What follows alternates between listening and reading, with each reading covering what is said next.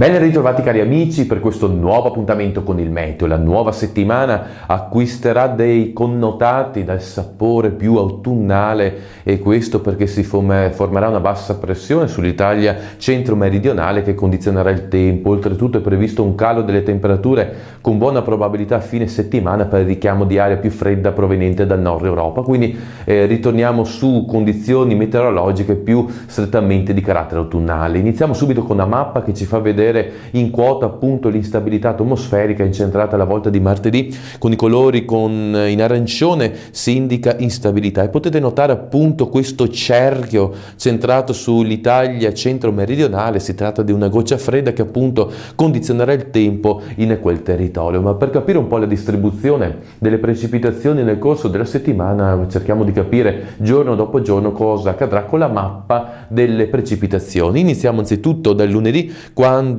il tempo sarà brutto su buona parte dell'Italia, ad eccezione del nord dove si faranno strada delle schiarite.